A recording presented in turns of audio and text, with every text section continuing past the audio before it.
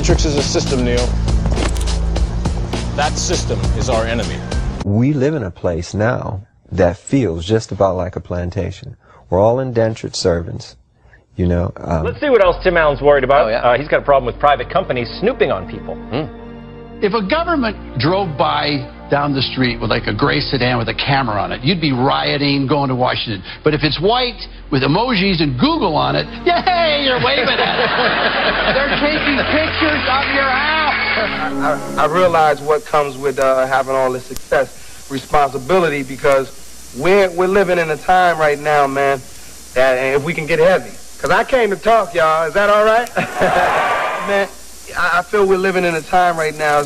Like, I have nice cars now, and I have a big house, and it's nice, bro. But I can't really drive that car all around the neighborhood, because brothers go, yeah, okay, it's nice, but drive it over here. All right?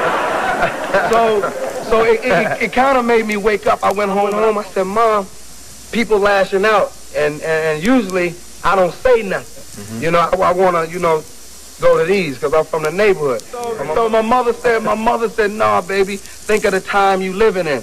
Right now, you can't really drive down the street. Racism still exists. We gotta admit it. People, we don't speak to each other, and we are lunching. We're pulling guns. We're taking each other, and this world ain't supposed to be like this. This is all wrong. We fight, and we're fighting for the wrong things. Everybody measures success in having a car, having a big house, but success is measured in your happiness. The world is topsy-turvy, that things are all wrong, that the wrong people are in jail and the wrong people are out of jail, that the wrong people are in power and the wrong people are out of power, that the wealth is distributed in this country and the world in such a way as not simply to require small reform, but to require a drastic reallocation of wealth. I start from the supposition that we don't have to say too much about this, because all we have to do is think about the state of the world today and realize that things are all upside down. Now, if you don't think, if you just listen to TV and read scholarly things, you actually begin to think that things are not so bad, or that just little things are wrong. But you have to get a little detached and then come back and look at the world, and you are horrified. So we have to start from that supposition that things are really topsy-turvy. And our topic is topsy-turvy, civil disobedience. Now, as soon as you say the topic is civil disobedience, you're saying our problem is civil disobedience. That is not our problem. Our problem is civil obedience.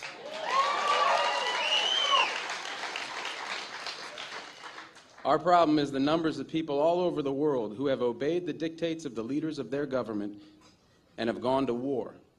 And millions have been killed because of this obedience. I think our society is run by insane people for insane objectives. You know, and I think that's what I sussed when I was 16 and 12 way down the line. But I expressed it differently all through my life. It's the same thing I'm expressing all the time, but now I can put it into that sentence that I think we're being run by maniacs for maniacal ends, you know. If anybody can put on paper what our government and the American government, etc., and the Russian, Chinese, what they are actually trying to do, you know, and what they think they're doing, I'd be very pleased to know what they think they're doing. I think they're all insane. You know, but I'm liable to be put away as insane for expressing that. You know, that's what's insane about it. Every country's had a violent revolution for one reason or the other. Not one of them has the freedom we're all talking about. So we're saying give peace a chance, you know, like nobody's ever done it before. And it's not a matter of, we're not thinking in terms of 10 years, we're thinking in terms of peace forever, you know. And everybody's talking about now. I want peace now. We can get peace now if we want it now. And the left wing talk about giving the power to the people. You know, anybody knows that the people have the power. All we have to do is awaken the power in the people. The people are unaware. It's like they're not educated to realize that they have power. They put the politicians in power. They vote for the local mayor. The people do it. But the system is so geared that everybody believes that just the father will fix everything, the father being the government. Government will fix everything. It is all government's fault. You know, shake a fist at the government. Well, we are the government. The people are the government, and the people have the power. But we don't get fooled, man. I just don't want people to get fooled, man, because, you know, it's nice for them. They show the lifestyles of the rich and famous, and they tell you, you know, this is what you can have someday. It's just about, I believe in people, man, and I don't like to see people get taken by no means, and it's just about, you know, the powers that be in America can make this all right. You can make it all right for everybody. You talk about the homeless. You talk about, I saw Ice-T get on his knees and say, hey, help the neighborhood. I ain't really hear nobody, you know. He said right there. Yeah, right here where I was, help the neighborhood. What I'm saying is the powers that be know that you can make it all right for people in America. We don't have to have all these homeless shelters. Why? Because you can stop building bombs and build apartment complexes and places for people to live, you know? Funny because the media don't, you know, the media, they are the power in the sense of what they can get to the people and what they don't.